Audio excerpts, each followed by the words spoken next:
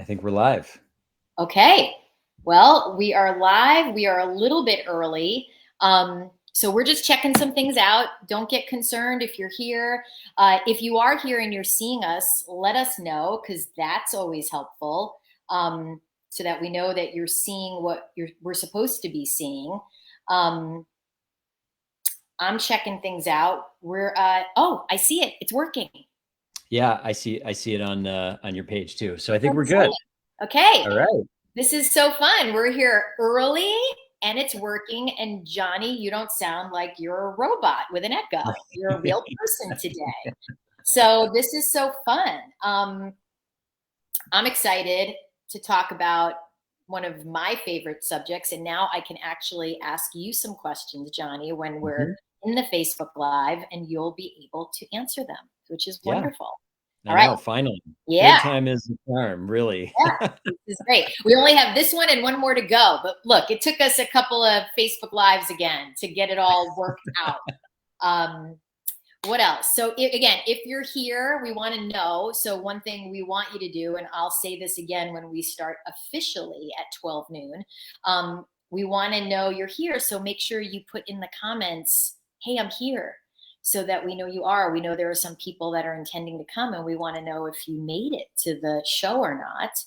Um, as we are waiting for the uh, um, noon to strike, um, Johnny, I do see your post, which is great. So that tells us Yeah, that we're it's that we're coming that through. everything's working the way it's Oh, supposed Daniel Allen just wrote. Here we to. Okay, go. perfect. Daniel Allen, he's here All right. early. Look at him showing up early. Paula, you're the best. Here from Ireland.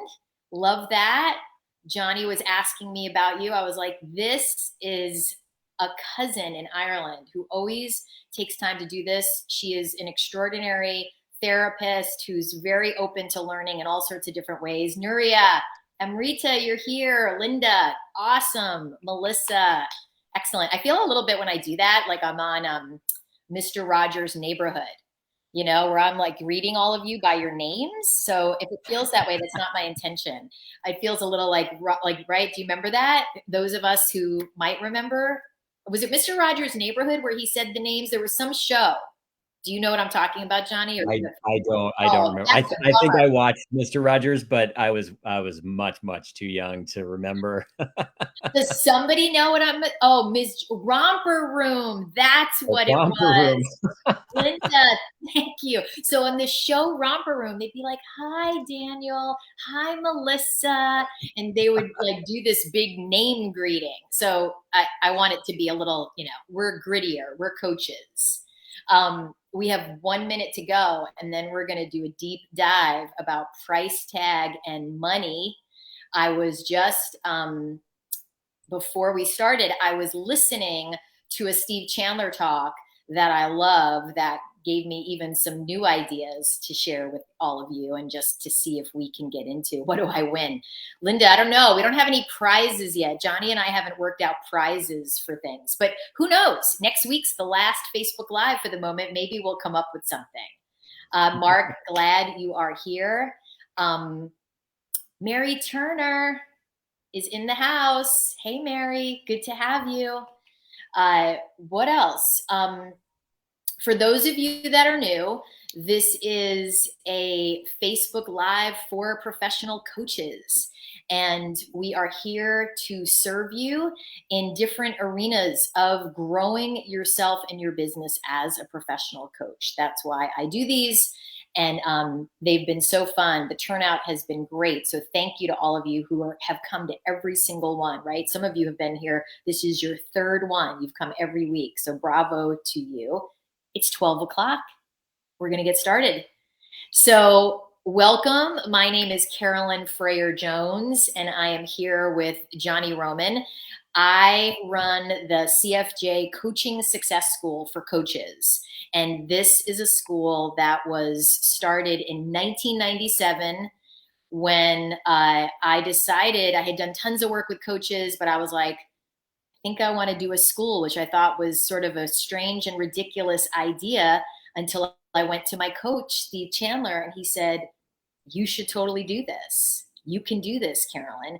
So even after all my time serving and serving coaches, I had self-doubt. I had questions. And my coach, because coaches have coaches, he said, what are you doing? Let's do this. And that's what we did. And so Johnny Roman is the executive director at the school. He is also a proud graduate. He did 2 years. And I became a better coach from coaching you, Johnny. Well, I became a better coach from being coached by you. So there you go. It went both ways. Exactly. And to clarify, the school didn't start in 1997. You started talking about it, was it in 2017? Oh, right. And then launched in 2019, the first year. Oh, so I need to make a correction to that.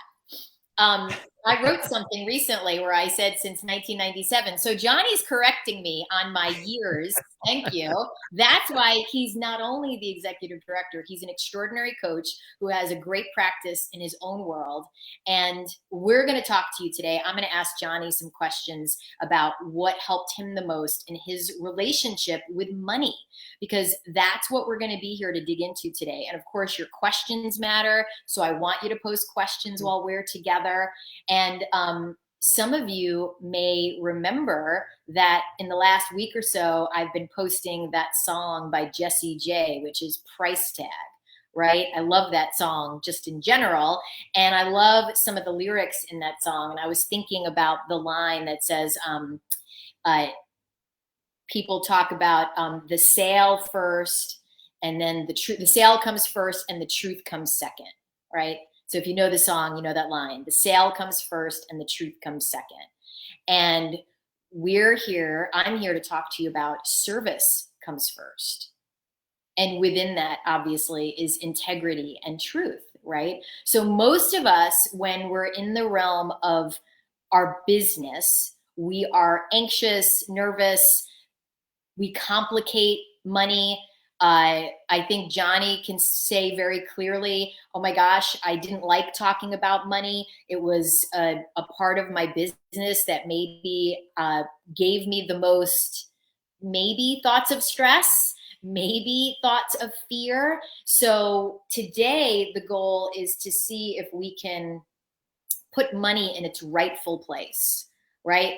Because all money is a tool. It's a tool. It's a means of exchange, right? We're not asking people for money. We are offering a service for which they can choose to pay for or not. So they're adults, unless you're coaching teens. And even then, you're working with a parental unit, most likely.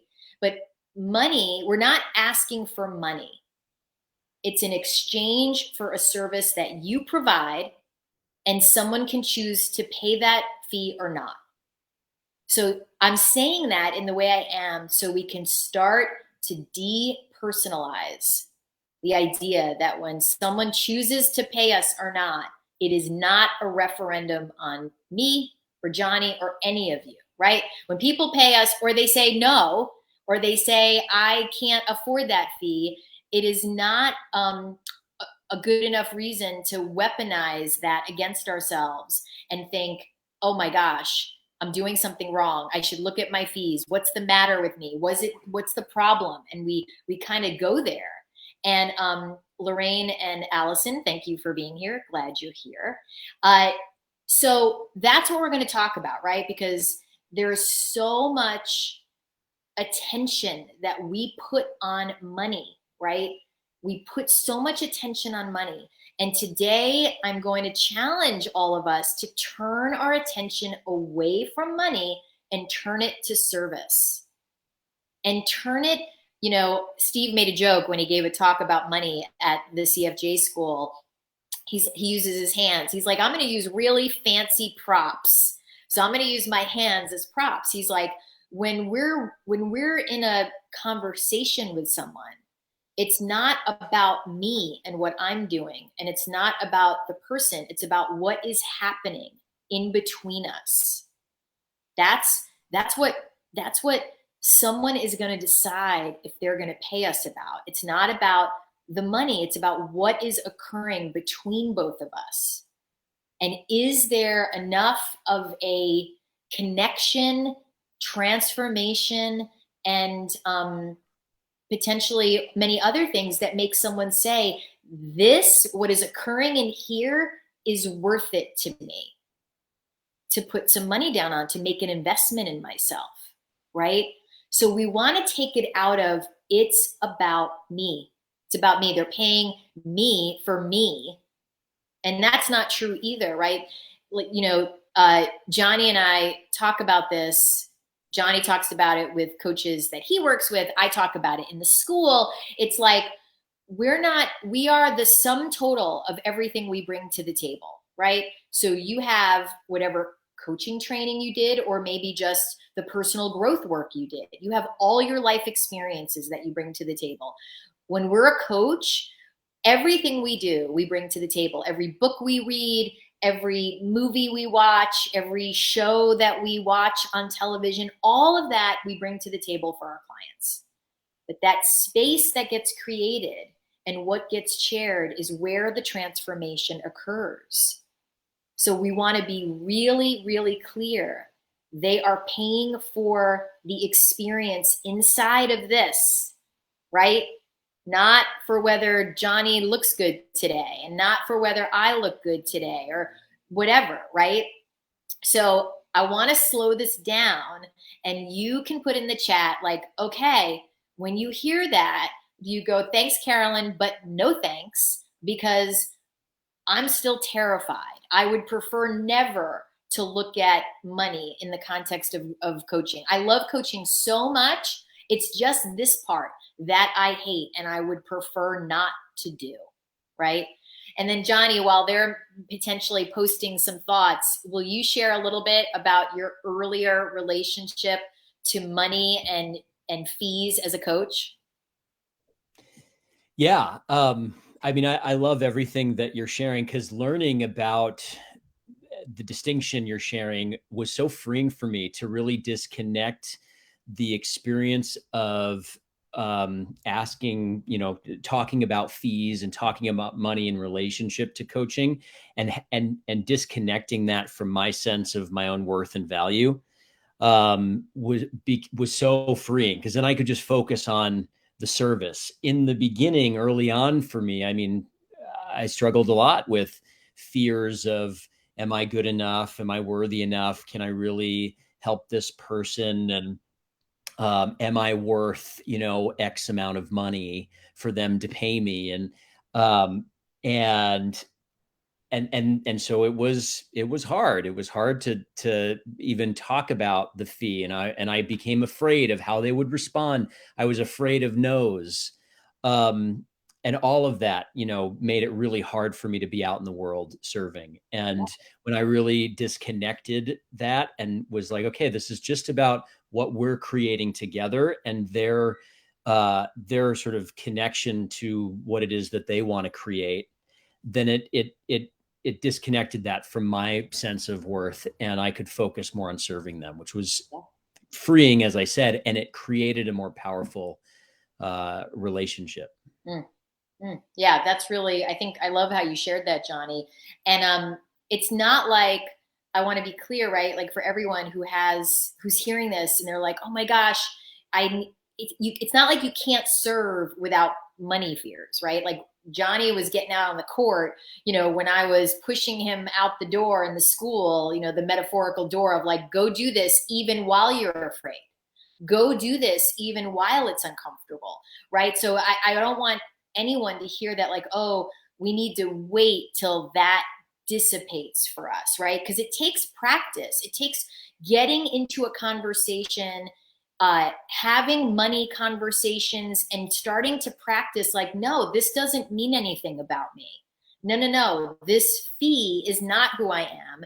And by the way, I want to make a comment on what Johnny said. Johnny's like, connecting his worth and value with the fee and whether people are going to pay him or not.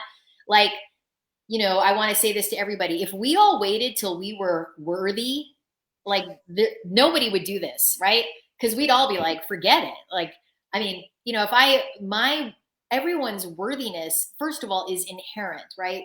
Our worthiness, our worth and value is inherent It is from the moment we're born. However, our own awareness of that can be a work in progress, right?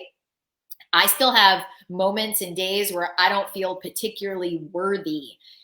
I've done enough growth work where I don't let that stop me. So it's like, so what if I feel lousy today? So what if I'm having judgment about myself and my life? That I know that that's not permanent, and I know it's not the truth of who I am. So I'll still get out there and serve. I'll show up for my Facebook lives, right? It's like I'm not going to let those feelings and thoughts get in the way. So I want to just share that because this is not a magic carpet ride where one day it all went away for Johnny. The school's good, don't get me wrong. The CFJ Coaching Success School helps lots of coaches learn how to strengthen themselves in this part of their business, but it's not a magic carpet ride where it goes poof, right? It takes practice. It takes showing up and then walking away and going back to your coach or back to whatever school you're in and going, oh, that didn't go well. This person, when I said my fee, they said they couldn't afford it. And I collapsed into fear and like, okay. And I just backed away. I didn't even finish the conversation in a very graceful way.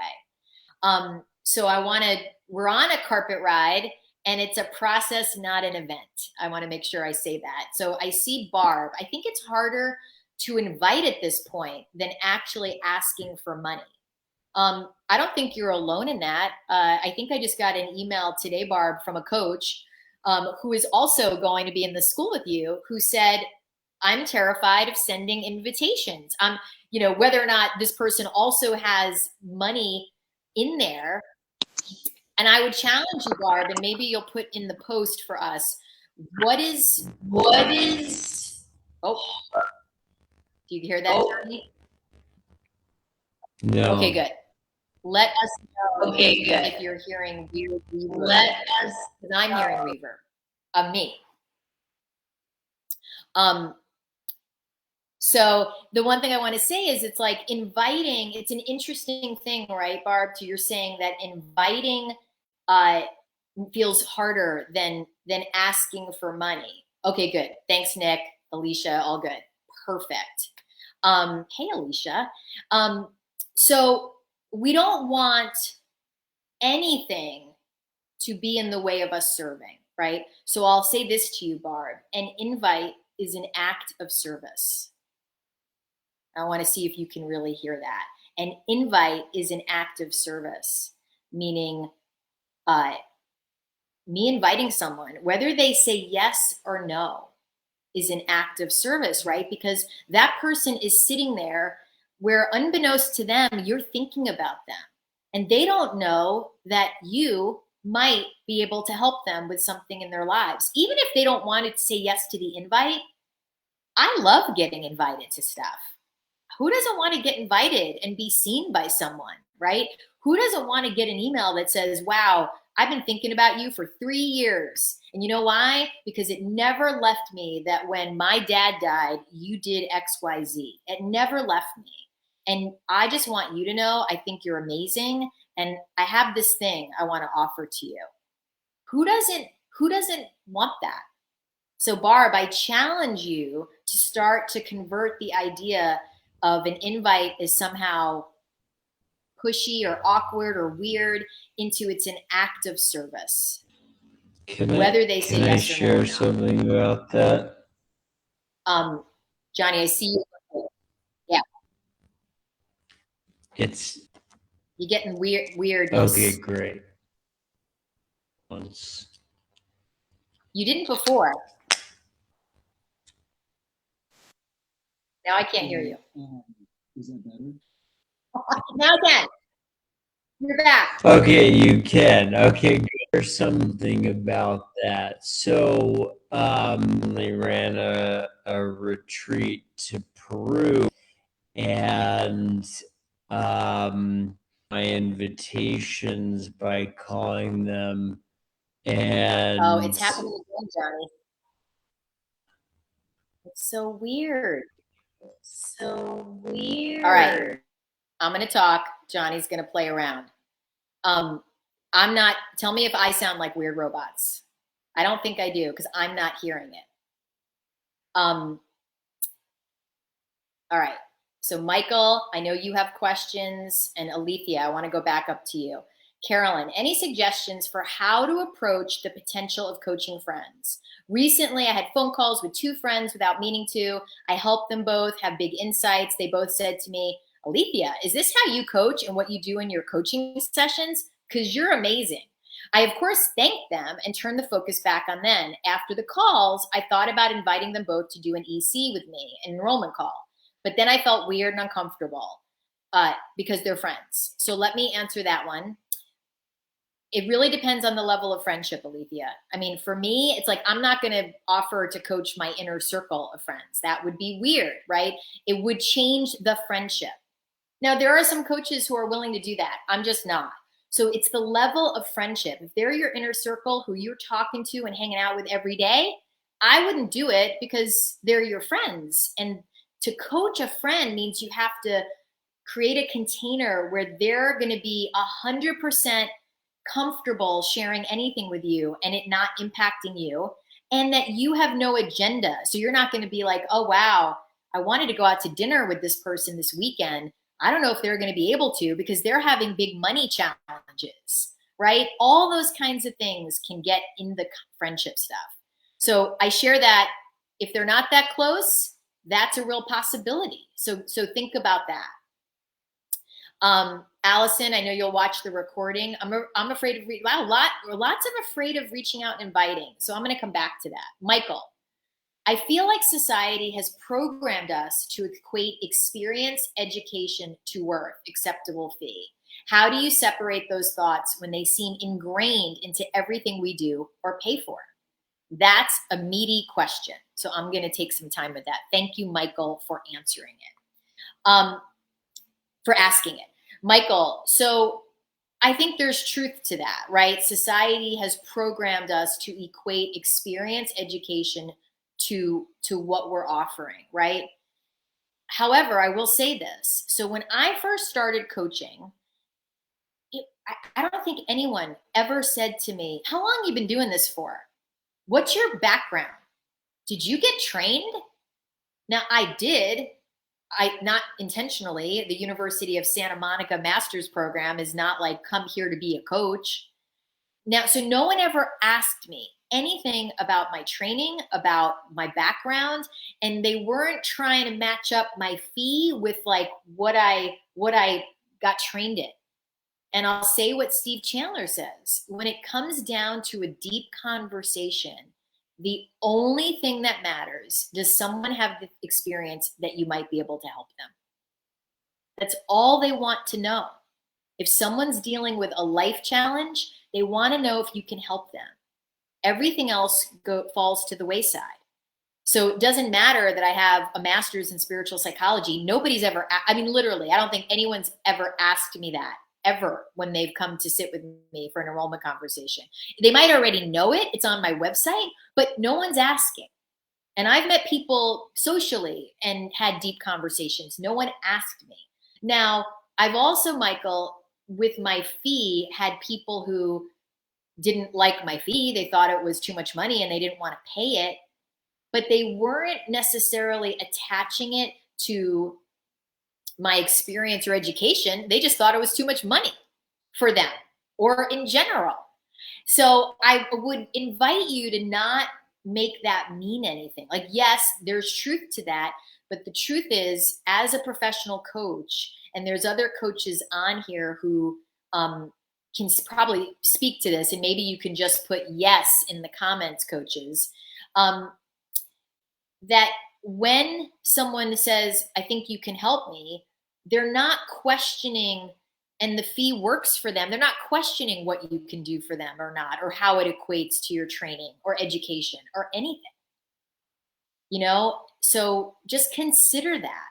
Some of this is about you having enough confidence that you can help someone.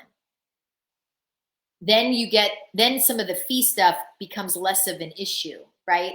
So when we're newer, we might have less professional self-confidence or professional self-esteem. So we need more practice in conversations. We need more practice with clients at a lower fee where it doesn't feel like the stakes are lower. So it's like, if I'm new, I don't want my fee to be so high that the stakes are high that I gotta like help them, walk on water. I mean, it's true. Jesus didn't have a fee, so probably a bad reference. So delete that. But it's like, I want my fee to be relaxed so I can say it, and that it's like, they're not thinking I'm Oprah or Tony Robbins or Brene Brown, right? It's like, I'm new. My fees are going to be simple, easy, low fees until I get strength and I get some professional confidence. So Michael, let me know if that's helpful. You're Jordan. I don't know what Nick's, Alicia. Okay. All right. Are you in the same place? Okay. Everyone's trying to help us with our technical issues, Johnny, which is very, very generous. So thank you, everyone. I think we've handled it. We might let's see if Johnny can talk in a minute and see if that went away. Because I know he really wants to be able to talk. I've been asked if I have clients and or paying clients, as if that's a prerequisite for them for considering my service.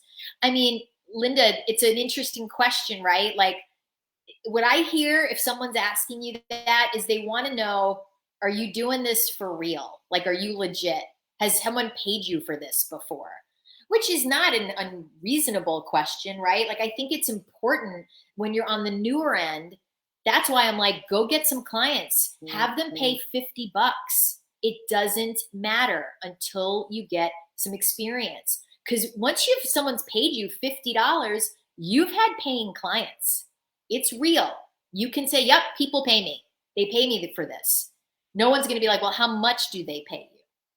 I've never had anyone ask me that in the first 5 years of my work. So you can know, no one's going to say, well, what did they pay you? Was it $5? They won't.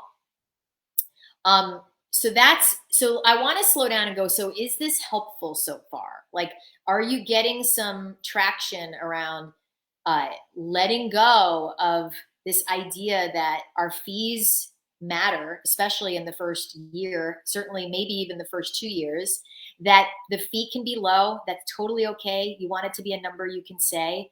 And the more important thing is turning our attention to serving, to being like, I'm going to do everything I can in this next 90 minutes to see if I can help you.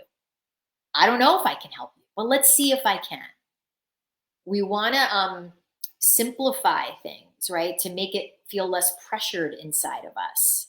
We don't want, like, as our fees go up, there are new things to think about, right? It's like, it is different psychologically for the person sitting across from us to consider a $2,500 fee than to consider an $800 fee. It is different, right? And we want to feel confident enough that, like, wow, I helped all these other people for $50. It's time for my fees to go up. I feel confident that what I can do is approximating more value, right? Because what happens for coaches is they start to see, they go, oh my gosh, I coached this person and their entire relationship with their mom changed. It changed. And the coach looks back and goes, oh my gosh, I can raise my fees to $1,500 or to $2,500. I can do that because look at that. Her whole life changed. The trajectory she was on with her mom, not good. Wasn't going anywhere we'd want it to go. Now they're talking and they're connecting, and she has so much less pain inside. That's worth a lot. But you as the coach need to get experience knowing that you're helping someone at that level.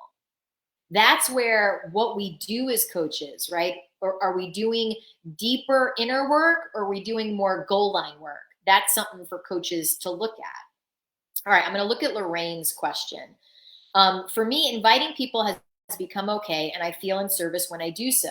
Lately, an acquaintance accepted an invite and greatly enjoyed it, told me she thought destiny had put me in her way. But when we talked about fees, she explained that she could not afford it, didn't challenge the fee either, and was really correct. I find it hard not to feel awkward. Raise your hand if that's occurred for you. Have you ever felt awkward, Johnny? Yeah. Say yes in the chat if you have felt awkward. That happens, Lorraine. Like, I don't want to sugarcoat this, right? You're going to feel awkward, especially when you're in the earlier experiences of people saying they can't afford it. It can feel awkward, right? It's like, oh, wow, okay.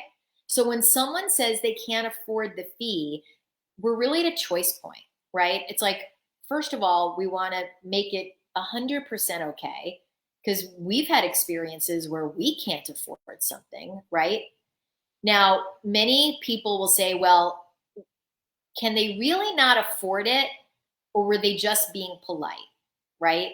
So, Lorraine, one of the questions we always want to ask ourselves is, sometimes it's a more polite way to say, this isn't really for me, when we say we can't afford it. It's an easy answer in some ways, right? Because everyone understands when you can't afford something. So, not that we're trying to get them to say, I just don't want to do this with you. But we want to just go, okay, that could be accurate, and that's okay. And maybe it's just, it wasn't a fit. Maybe, and this is an important maybe that I'm going to slow down on, maybe not enough occurred in this space for them to go, I think that would be worth it. Maybe not enough occurred, Lorraine. So whenever someone's like, oh my gosh, they said they couldn't afford it, I always ask a coach, was that after a 90-minute conversation, a 2-hour conversation?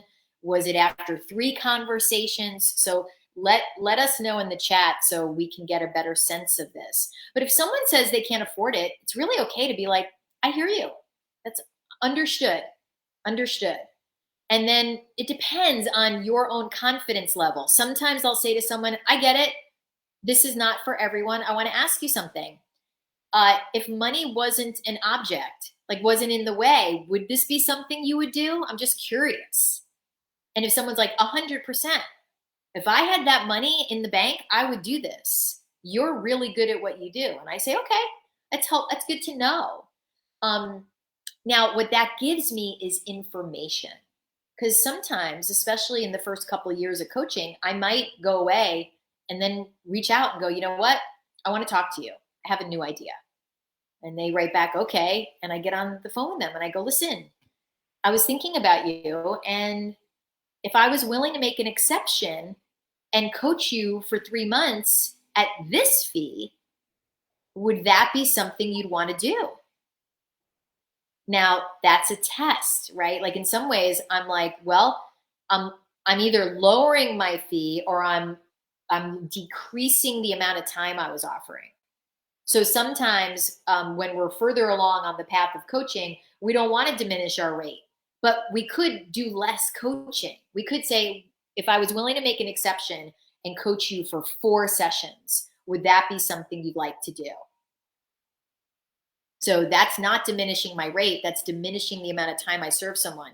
Now, if I'm new, I lowered my rate a lot as an exception, because I knew that I needed clients to get practice, and the money didn't matter as much early on, right? Because I knew it would evolve because my coach told me it would. So that's another thing. If you're new in your first year, so what? Hey, I'd like to make an exception. If I was willing to coach you, I just had a conversation with a coach yesterday. I was like, you could go back to that person and say, I will coach you for 8 sessions for $250. And the coach said to me, I could do that? I said, yes. She's a brand new coach, probably in her first 6 months to a year. You know, she's not, every dollar is not like, oh my gosh, I need this to pay my rent. She doesn't have that kind of pressure. She has some room. And I'm like, do that, because you're going to get so much practice from coaching that person.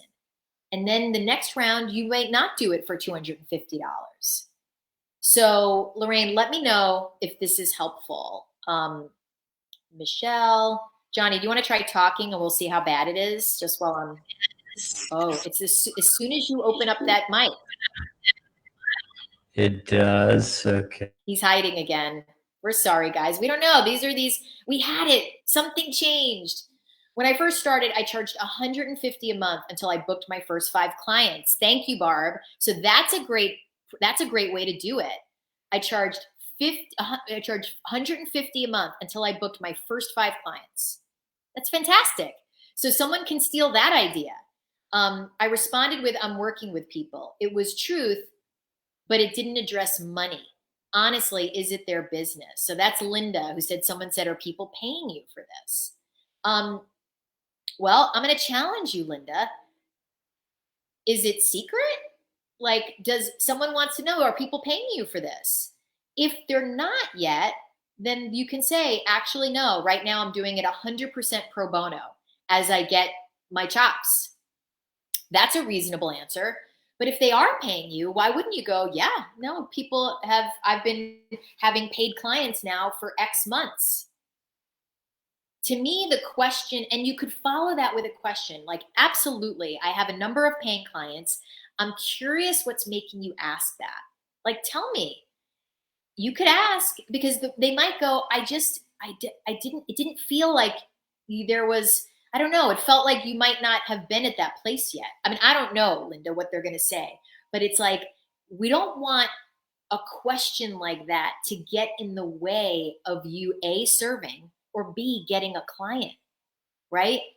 So if I want to know, like, has that person had clients? Are they legit?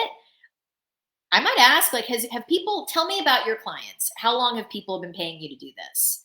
Now, in that is a question of, I want to know, do you know what you're doing? Am I safe with you?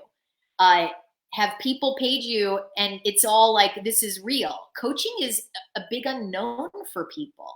So I wouldn't take that question to mean anything necessarily yet about you, right? If someone asked me that, like, if people paid you to do this, I would say, well, yeah, oh my gosh, but I'm so curious. What's making you ask that? Maybe, is it the jacket? Like, tell me what's happening. Like, I would use humor as a way to kind of, to soften that, to be like, tell me, gosh, do I sound like it's my first day? You know, I might make a joke to kind of get a sense of what's happening over there. Extreme coaching. I don't even want them to sign up. Oh, that's funny. Okay, we're getting lots of yeses. Your perspective on a client's no's being hard, not so much as personal rejection, but more letting go of the potential you see in what they can create. Charles, I want to make sure I understand that. It doesn't mean personal rejection, accurate, but more about letting go of the potential you see and what, I don't know what that means. And Johnny, if you do, message me. So maybe I'm missing that. Expanding to find more people to invite. Okay. Throw the honest truth in their face with confidence. Yes, Linda, throw the honest truth in their face with confidence. So I want to say this while Johnny's helping me figure out that question. This is important for everyone in the context of price tag and money, right? It's not about the money. It's not about the, right? So if money is a tool, but see, if you have stuff about money, if you judge people who are making more money than you as, hey, that's not fair. If you have your own money judgments and stories running you, it will leak the moment you have to say your fee. So let me say that again. Your own money story will leak the moment you have to say your fee. Someone might have to beg you, please tell me what you charge. I so want this. And for some coaches, the moment they say, clients pay me $150 a month and the minimum is 3 months. Clients pay me $150 a month. The minimum to start is 3 months. Doesn't matter if $150 seems super reasonable to them. If you're like, oh my gosh, pay me, they're going to pay me. Oh my gosh. Or wow, what if that feels like a lot to them? Or, oh gosh, I feel so bad. Why do we have to charge money for this? Any of those hidden judgments, they will leak into the energy in which you say your fee. They will leak through your eyeballs, through the energy in which you speak. So why is Carolyn saying this? Like, really, Carolyn, big whoop. Thanks for sharing. Like, what are you? Hello, we all know that.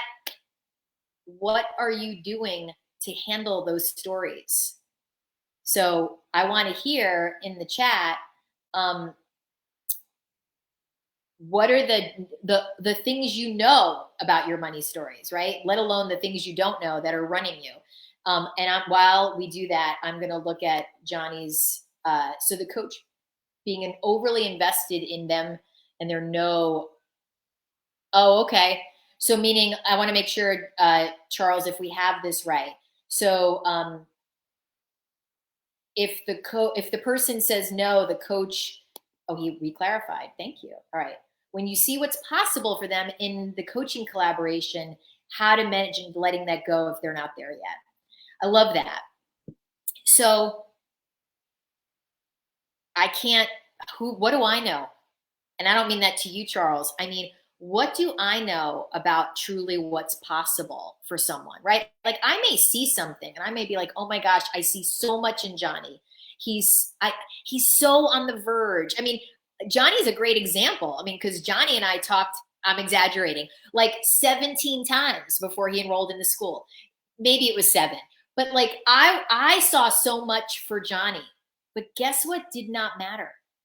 Johnny had to see that, right? Like I saw so much for Johnny, but let's say Johnny had never come to the school, right? He just kept being like, I'm almost there, but not quite. I don't see what Carolyn sees. I just don't.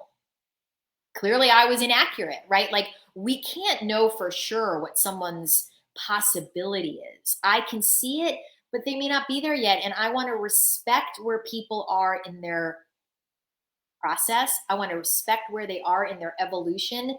And Charles, I can relate because I see a lot for a lot of people, right? But I want to be like, okay, you know, I may see a lot, but who am I to say it's supposed to happen right now? Who am I to say it's supposed to happen today? Right?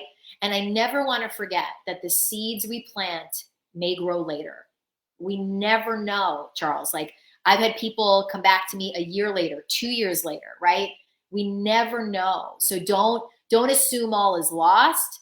Assume that every conversation you have where you plant the possibility of something you see for someone is going to take root and they may come back to you. That's someone you can nurture for the next year. There are people that I have nurtured for years. There are people Steve Chandler has nurtured for years. And sometimes it's taken 5 years for them to go, I'm in, let's do this, right?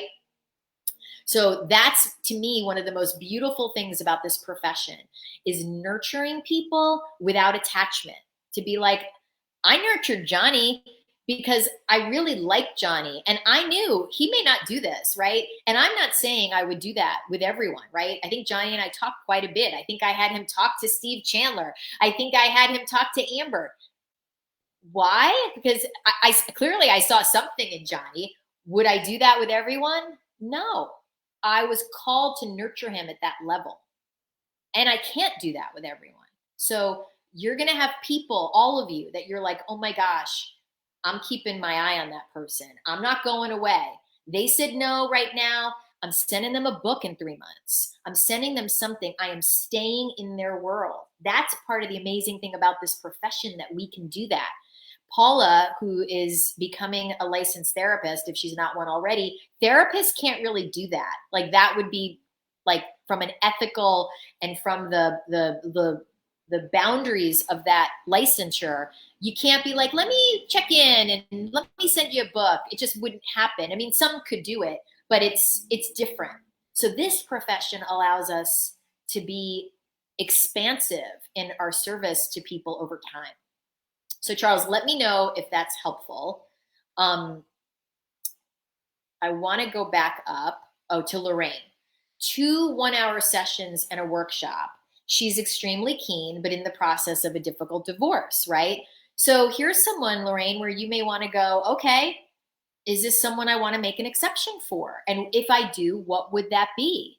I know that you have your coach who's here. Like you could be like, well, what could I create for her that would allow me to still serve her, and that would be something that would work for me? That doesn't mean giving it away for nothing, right? You could do a 2-hour you could do a half day intensive with someone for a lower fee. You could do, 2 sessions. You could do, like, there's so many things where we can get creative, especially in the first 1 to 2 years, where our only job is to like be clocking, getting practice and paying clients, and to not make the money be the thing that means anything. We don't, especially when we're new, we don't want to make the money mean anything about us, about our work. It's like we want the pressure to go down. Money is an exchange. It's an exchange. It's a tool, right? So lots of coaches are like, oh, I don't like asking for money. And I want to say what I said at the beginning. Hey, we're not asking for money ever. We're offering a service for which there is a fee attached. Might not be for someone to pay the fee. That's okay, right? We want to make that okay. Charles, I'm glad it was helpful. Oh, Alka, you're here. Good to have you here. Let's see. So we have a question, Michelle.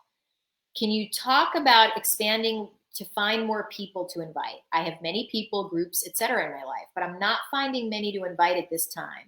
I don't consider myself new, 4 years in, so would love creative thoughts on this.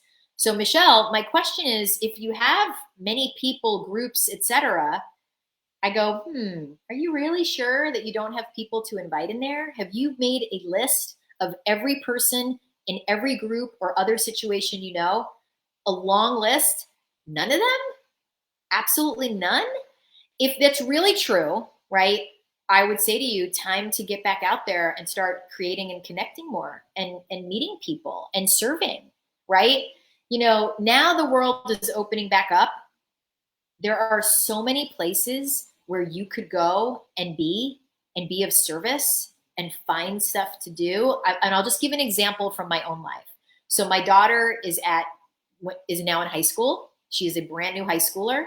My husband and I, because we don't know a soul at the school, we went to the meet the principal for coffee thing. And there were, I don't know, 85 or 100 people. All new. I've never met them before. If I was like, I'm looking for people to serve, number one, I would be joining one of the volunteer committees. I would be going to stuff there, right? I would be connecting, because that's a community that I am already in by virtue of being a parent there. Now, I'm not like actively looking for clients in that way, but if I was, you could be darn sure I'd be joining stuff and I'd be serving, right? See, to me, I'm going to serve there anyway because I want to. It's important to me. Maybe there are some coaches in there that are like, hey, you don't know me, but nonetheless, I'm going to go be of service. So Michelle, find things that you can go, that you like, that are important to you, right? It could be anything, right? Go find some place to share your gifts and skills. Go find some places to connect with people, and you will find more people to invite. You will find more people to get to know. This is a profession where it's a requirement to be out in the world, right? It can be virtual. You can do virtual meetups. It doesn't all have to be live, although I want to be a voice for now. Get out there, right? There are open public spaces, outdoor things where we can go do stuff. Let's see. Okay, Chin. I see money as a symbol of commitment of a client to their own growth. Sometimes the price isn't an issue. It's because the person isn't serious about their growth at this time in their lives. It's not a judgment for them, and everyone's financial situation is different. But personally, I've spent money and subsequently efforts when I was convinced that something will help me learn and grow, right? And then Chin, the other thing I would ask is, what occurred that made you go, what convinced you, right? So when we get convinced that something will help us learn and grow in this world, in this profession, it's not because I say so. Like, it's not because I go, hey, Johnny, this is really going to help you. It's like, I want to demonstrate that it's going to help you.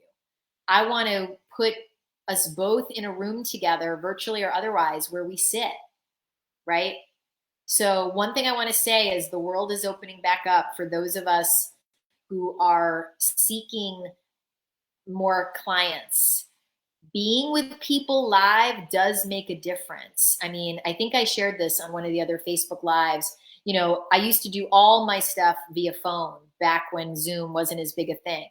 And I did it because I had a full-time job. So I would talk with people at night on the phone, or on my lunch break, I would go out to my car. When I finally left my full-time job, Steve was like, time to have them come meet you live. And I was like, oh, why? I really liked my pajamas. I liked being there. And he was like, someone comes and sits with you live, the potential for them to become your client goes up. I was like, really? He said, yeah. When we're with people live in that space, something deeper can occur. And guess what? He was right. The moment he said that, I was like, getting out of my pajamas, gonna meet with people live. Michelle and I were like, we're getting out of the pajamas. Get out of your pajamas. Have them come to your house. It means I have to wipe down my counters. Yeah, it does. Michelle and I had to solve for that, though. You know what we did? We just kept the lights dim. If you keep the lights dim, people don't see dust as much. We would like keep the lights dim until they were in our offices. So if you can go and meet live with people, meet them at your local library in a private room, meet them in the lobby of a quiet hotel, meet them outdoors at a park where you can sit on a bench and be with them. If you want to be outdoors, if that's important to you or it's important to them, live makes a difference. The last time it was a gut feeling, not a logical choice. Okay, Chin. So, right. So that's not something to be poo-pooed, right? Because often when someone is with us, right, it's what occurs in that time that they go inside, wow, this is important that I do this, right? So here's a question, because people haven't posted it yet. So I still haven't seen anything. Like, what's your money story, people? Like, are you like in the poor is pure? Are you in the like, oh, people who make a lot of money or charge high fees are bad people and it's not fair? Like, this should be always, all our fees should always be easy for people to pay? Or are you in the money story of, it's supposed to be hard. Like, I don't spend money on myself unless it's like in the food and water category, right? Now, for some people, that's real, meaning they're in a survival situation where their life situation, called the way they've grown up, the structures and systems they've grown up within, like, that's real. So I'm not saying that that's a made up thing, but we're here. If you're here on this call and you're looking to grow yourself and your business, your stories are getting in the way all the time of you and your ability to effectively enroll clients. It just is. Great. So Linda has met people and talked with someone at the market over eggs. I love that. Johnny, I don't know, are you able to make a post in the chat that everyone can see? You are. Can you, if you have, share, you can share your money. Like, what was your money like story that you had? Other people can charge a lot, Alethea, but I can't. Okay, so I'll take that one on for you. Playing the survival game. Alicia, I hear that. So I'll talk about both of those. Alicia, being spiritual, being of service is free. However, I'm getting much better. Right. So Melissa, I know you've had being spiritual, poor is pure. So I'm glad it's getting better. Amen. Not worthy to charge money. Yep. Okay. All right. So I'm going to take Alethea's first. Other people can charge a lot, but not me. So there's truth to that in the beginning, right? Because sometimes coaches come out of the gate hot and they're like, I'm charging $5,000 for 3 months, and they don't have a lot of experience to back that up. I'm not talking about someone who doesn't come from a profession where maybe their fee being 5K makes sense. You know, maybe like we have people who show up at the school, they used to be therapists, now they're transitioning into coaching, or they used to be some kind of counselor, right? That's different. They've spent time serving people in transformation and growth. But if you haven't, it's going to take time, Alethea, to build up the confidence of having like significant transformation occur with people. So what I want to say to you, because I know you're a University of Santa Monica grad, you have great tools and skills. Your only job now is to get a string of paying clients, probably at a lower fee than you prefer, and build up some track record of, oh my gosh, this person's life changed so radically. Oh my gosh, their whole perspective changed. You rack up some of those, it's going to feel easier to raise your fee because you're going to have the confidence of evidence. You need more evidence of the quality of your work at a lower fee. That's what I'm going to offer to you. And that's because I know Alethea. So I don't want coaches to think I just say stuff and I don't even know you. Alethea has been at my school. I know who she is. So Alethea, you'll let me know if that's helpful, right? Because I know you've had to be off the court for a while on and off, and now you got to get back out on the court and put together some string of paying clients. I love Barb's idea for you, right? For coaching, right? Lower fee till you rack up 5 clients, paying clients, and then you can go up a fee again. Playing the survival game. So Alicia, I get that, right? That's important to acknowledge. And what I'm going to say to you is like, look, we want to be sensitive to getting is the survival game real, or is it based on what occurred for you growing up? Meaning, like, is it real right now? It's called, I need to make sure I have enough money to pay my rent, to handle my bills, and I'm not quite there yet on that. So my survival stuff is kicked up and it's real. Or is it like, not, it's old survival stuff that just keeps playing out, even though the finances and my work demonstrate that that's not true anymore. So let us know that. Johnny, right, who can relate to the not worthy, right? And that's one to acknowledge. And then, like, my answer to most coaches in that is, so what? Yeah, maybe you're not worthy. You might not be, but so what? Because the truth is, are you going to do nothing, right? Like, would you not serve? Like, as soon as we drop the rope of having to be worthy enough, everything changes. Johnny dropped the rope. I mean, he got enough evidence that, like, hey, I can do this, I think, right? I have a little bit of a string. But in a way, what Johnny said to us earlier when he was allowed to speak is like, as soon as he disconnected that, as soon as he dropped the rope on needing to be worthy, right, to making that connected to being in this profession, game over, right? Then he can just be out in the world having conversations and making things happen. Steve Chandler talks about this. Dentists do not walk around in the world like, am I worthy to help someone with their cavities? Am I worthy enough to, like, drill in someone's mouth? Dentists don't ask themselves that. Worthiness is not like a thing that they talk about in dental school or in law school or in med school, right? Although med school might be a little bit different, right? Life or death, but it's about competency. It's not about worth. You're all here in this profession. We're always looking to become more competent in our coaching, not worthy, more competent. So there's a distinction there. My worth is not about my competence. They're not connected. So think about that, and I'm going to see what Alicia wrote. It's both. An income stream became obsolete, so it's become more real. And I've also felt that way even as I was doing great and had the income necessary, right? So good for you that you see that, right? Now we're in reality, right? Because we deal in as is reality, like, oh, an income stream went away. So I'm feeling the pinch in real ways. But I also have this in my history, so it pushes on that, right?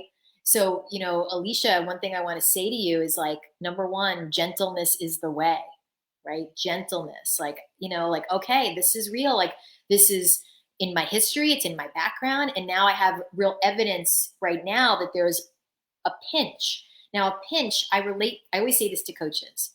Pinches are temporary. They're not permanent or pervasive, right? And I know you have an extraordinary coach who can help you with this. And it's like really going, okay, so what do I need to do to loosen this up, both inside of me and to create some money, right? To create some money in my life, right? So sometimes in the past, what I did is, like, I don't know, like, there was a time, I forget what was going on, but Michelle and I both needed money. Ironically, it was at the same time, which was rare. Usually one of us needed money and the other one was like, I'm good, you're fine, you're going to be okay. And we created like a one day, right? It was like, what would people pay to come to a one day? Now, Alicia, I happen to know you have lots of different skill sets, right? There's coaching, there's like incredible musical theater talent and all of that, right? And singing extraordinary. Like, I don't know. Like, I keep going, like, what would someone pay? What would 6 people pay for a one day with you? And what could you deliver on in one day that they can walk away with that could like create something for you? And when I say 6 people, I mean like, it's different than enrolling into an event that's going to, if I need money, I do not want to be putting time in between me and the money.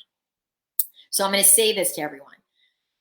Alicia's a working coach. She already has people and community in her world. So she might have 6 people that she could connect with who would be like, I'd come and do that with you for a day. Absolutely. Right. Whatever the fee is. We don't, when we're new, then we want to create an event and spend time enrolling into it. We don't have the luxury of that time. Right. So for Alicia, she might have some ideas where like, well, do I know 3 people who would like, in a heartbeat go, I'll come do a half day with you. Wow, I've missed being served by you, Alicia. That would be amazing. That would be exactly what I need right now. So something that's like, that would be I would walk away with, I would do that for a half day. I would get that. And I'm going to put this out there, Alicia, you may already have looked at this. So, disregard. I know that you have this extraordinary voice. But I wonder if you've ever combined the two in coaching. You may have, but like, I don't know, I'm keep seeing like a half day with Alicia on unleashing the power of your voice from the inside, right? Like where it's more of a coaching opportunity, not a technical singing opportunity. Could be a really bad idea, but I'm attempting to see how can we get more playful for you in the name of, I need to create a new stream. Alethea, helpful. I remember once hearing Rich Litvin answer someone's question of how can I feel more confident? Rich's answer was that in his experience, the confidence comes with when you get more evidence of how people's lives are transformed as a result of your coaching. Exactly. See, confidence isn't like a made up magic carpet thing. We need to have practice with real people, right? And then we go, oh wow, that worked. I'm not a fluke. And then we do it again. We're like, I'm not a fluke. And then we do it again. And we go, I'm not a fluke, right? We get more evidence. Like Johnny eventually was like, wow, I'm good at this. People keep coming and they get value and they renew with me. And all that other stuff just dissipated, right? So that's really important in the context of we want to get evidence. We want to make it easy for ourselves in the game of money. Like we don't get the pressure off. Make your fees lower. And Rita, I'm glad you like that idea of the half day. Yeah, I mean, we want to be creative, right? You have things you can offer to people that you don't even know yet that could be fun and creative. And by the way, for Amrita and Alicia, right, that's service. We're not talking about money. We're talking about what could I do that would really serve, right?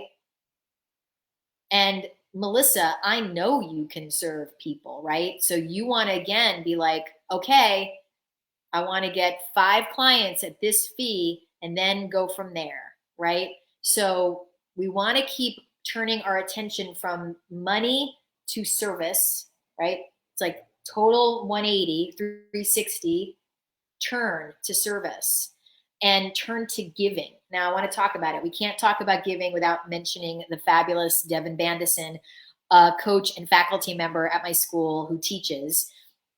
He's a huge fan of saying no loaded gives. We don't do loaded gives, right? People really dislike loaded gives. I don't like loaded gives. So don't invite someone to come sit with you in a conversation and gift them a conversation and at the end start making a proposal. That's a loaded give, right? If I'm going to serve, if someone's in a challenge and I'll be like, let's have a conversation. Oh, but gosh, don't you get paid for this? I do, but this is a gift from me to you. Okay. At the end of the conversation, I don't want to start being like, if you wanted to work with me, we could do XYZ. That's a loaded give. So if you're going to offer someone an invite, which is an act of service, we don't want to end the act of service with trying to monetize the act of service. Not yet.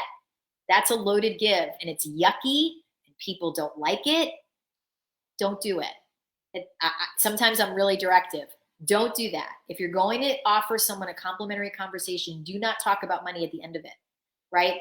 Let them say to you, well, wait a second, don't you, like, don't people pay you? They do, but this was a gift. And they go, oh. And then I say, but look, if you want to continue this conversation, because there's more we could do around this issue with your mom, we could put more time on the calendar. And and we may be done, by the way, after 2 conversations, which is just fine with me. But if at the end of the second conversation, you're like, I really do want to know what this is all about. Maybe this could help me. We can do it at the end of the second conversation, but I'm only going to do it if you ask. It's really fine if we're done at 2. So can you hear that? That's like, we start to get evidence of our service in our bank account, but there's a lag time. There's a lag time between service and money. So yes, we have to be serving, and then money starts to happen, right? But we can't collapse the 2. We can't. So we are at 101. We have about 15 more minutes. I want to see if there's any other like desperate money stories that are getting in your way, that are making you sweat or gag or anything. I want you to put them in the chat. And I see Chin, part of talking about price is how you structure your sessions. What are your thoughts on offering a package or charge per session? So Chin, great question. I know a lot of coaches, when they start, they do per session. I think it's fine when you're getting messy and in the beginning. And pretty quickly, I always encourage coaches, create a package, make it 6 sessions or 8 sessions or 12. And here's why, Chin. Per session, really hard to have impact in one session. When people say to me, do you do one-off sessions? My answer is no, because they don't serve. I'm not interested in helping you put out a fire. I'm interested in deep transformation. So I don't do one-off sessions. And I'm willing to have a conversation with you about what's happening in your life. I'd be happy to do that. But no, I don't do one-off sessions. So you're going to gift me a session? Yeah, I'll gift you a conversation, but I don't charge per session, right? And the other thing is, Chin, the reason that from a practical standpoint, then it's a lot harder, frankly, because then it's like every time someone's paying for a session, it's like the whole thought process happens again. Should I pay Johnny this $75? Is it really worth it for this next hour or 90 minutes? I don't want someone constantly evaluating the worth of the session, because this is the other thing for all coaches to know. When you do a program, whether it's 2 months, 6 months, a year, 3 months, someone is not just paying for the actual moments we're together. Someone is paying for that container and what you're thinking about when you're not with them, right? So it's like, if someone's my client, I have a client right now who's walking through some big stuff. She is on my mind quite a bit. And I've already sent her 2 books. I've sent her some messages, right? It's like, I'm thinking about her and what would be helpful. Someone is investing not just in the actual time with you, they're investing in you thinking about them and where they're at in their growth in between your sessions. They are paying for the creativity that you are bringing to them, for your ideas, for your new thoughts that they don't have when they're not with you. And then the other thing I'll say about that, Chin, is that you could say something. Johnny could say something to someone in a session, one thing that takes him a minute to let out of his mouth. Their lives are forever changed. Now, 1 minute of him saying one thing, what's the price on that, right? It's like that could be worth their entire life. Steve has said things to me that have changed my life the moment he said them to me. What's the price on that one statement? So they're not just paying, they're not paying for your time. They're paying for everything you bring in the session, what happens in between. And that's why I'm a fan of coaches creating a program so that someone feels supported in between, even if you're not talking to them. It's like an energetic container. It's like, I know Steve's there for me, even though I don't talk to him. But I also know if I reached out to him, he'd be there. So think about that. Let's see, that I need to do way more training before I can enroll more people. Nick. All right, I got to slow that one down. It's so good. It's 106. We can do it. There's time. That is a story that many coaches have. So you are not alone. If you had the story of, I need to do more training and more things before I can enroll more people. If you felt that way, raise your hand. Now that can lead to a couple things. Number one, Nick, some of that can be about, like, if you come from an orientation of certificates matter, right? Like, oh, look at all these credentials. That means I matter. I have seen coaches be in that game for decades. They're like, I'm doing a PhD now, Carolyn. I'm doing this now. They are waiting to serve until they have enough degrees and enough certificates that they feel like they can do it. And what I often say to them is, this has nothing to do with the amount of certificates or training you have. This is an inside issue. The outer thing is not going to solve that. It's not. No amount of degrees or certificates is going to solve an internal confidence issue. What is practice. What is actually serving people. If you have to at first, do it pro bono. Create a 3-month program for 3 people you'd love to coach. Do it pro bono. That almost always gives coaches enough confidence to go, wow, that really helped them. I'm going to charge now, right? So Nick, I know you've already charged people and they've paid you and gotten tons of value from you, from your groups. It's like, I encourage you to look at this thought of like, I need to get more training in order to enroll, in order to do this. And ask yourself, there's the Byron Katie question. Is that true? What evidence do you have that you need more of that to start serving, especially because you already are? So I'm going to put that question to you that you can be with. Alicia, I just did that today with someone and they were speechless and they started laughing. I just had my mind blown, right? So it's like, this is so important that we get at our own money stories that are operating and get them out on the table into the light and start getting them handled. Now, of course, Johnny and I have already thought about this, and Johnny helped me. So we have something that we can send you, either Johnny or I. It is a new handout that I created about coaches and money. It's about coaches and money. And the way this will work, like it did the last time, is if you want it, private message Johnny or myself, or email us if you have our email addresses, and we will send you the handout. And I might even include another audio about money. We have lots of audios, as does Johnny, at his fingertips about people's relationships with money. Steve Chandler's done so much stuff for the school around this. So if you ask for the handout, you might get something else too. It will help, because coaches have to get a handle on their money stuff so that it's not leaking into conversations and it's not leaking even into your efforts, right? Money will keep, like, that stuff will keep us out of action. So even some of you today that were like, oh, it's not the money, it's the inviting. I would challenge that, because like inviting, it's all related, right? So like if service comes before money, our bank accounts are a measure of how much service we're in. So, and if you know that when you invite someone, that if they say yes, that whether they never sit with you again, that something is going to happen in that conversation that is transformative, that's your intention. Like, what would stop you from inviting someone? The only thing that would stop you from inviting someone is being concerned about how you might look, about how you might be perceived, about like, oh, are they going to think I want something, right? So the only way they would think you want something is if it's a loaded give. If you're really clear, this invite is pure, I want to be of service, that's it.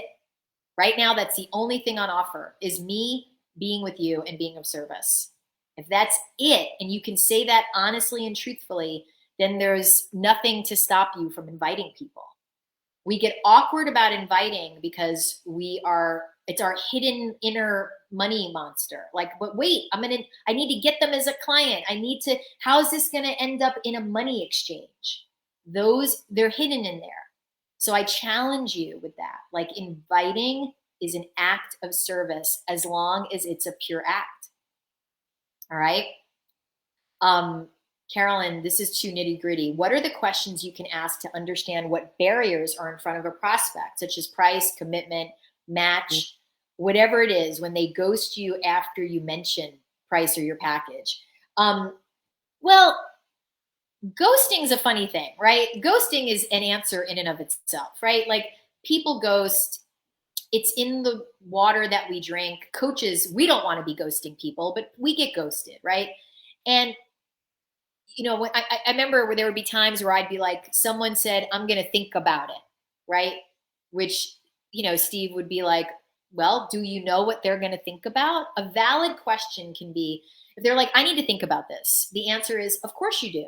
That this is something you should think about. Can I ask you a question? Tell me what you're going to think about. Because I want to know, like, well, I got to look at my money. I got to see if I can do this. That's valid. Well, I need to think about, this is scary and it's uncomfortable, and I'm uncomfortable with what might happen. That's a valid thing too, right? So I want to be like, that's great. Can we slow that one down a little? Like, would it be helpful? Now, if someone says to me, I need to go think about the money, I want to go, excellent. Is there anybody else in your life that conversation needs to be had with, right?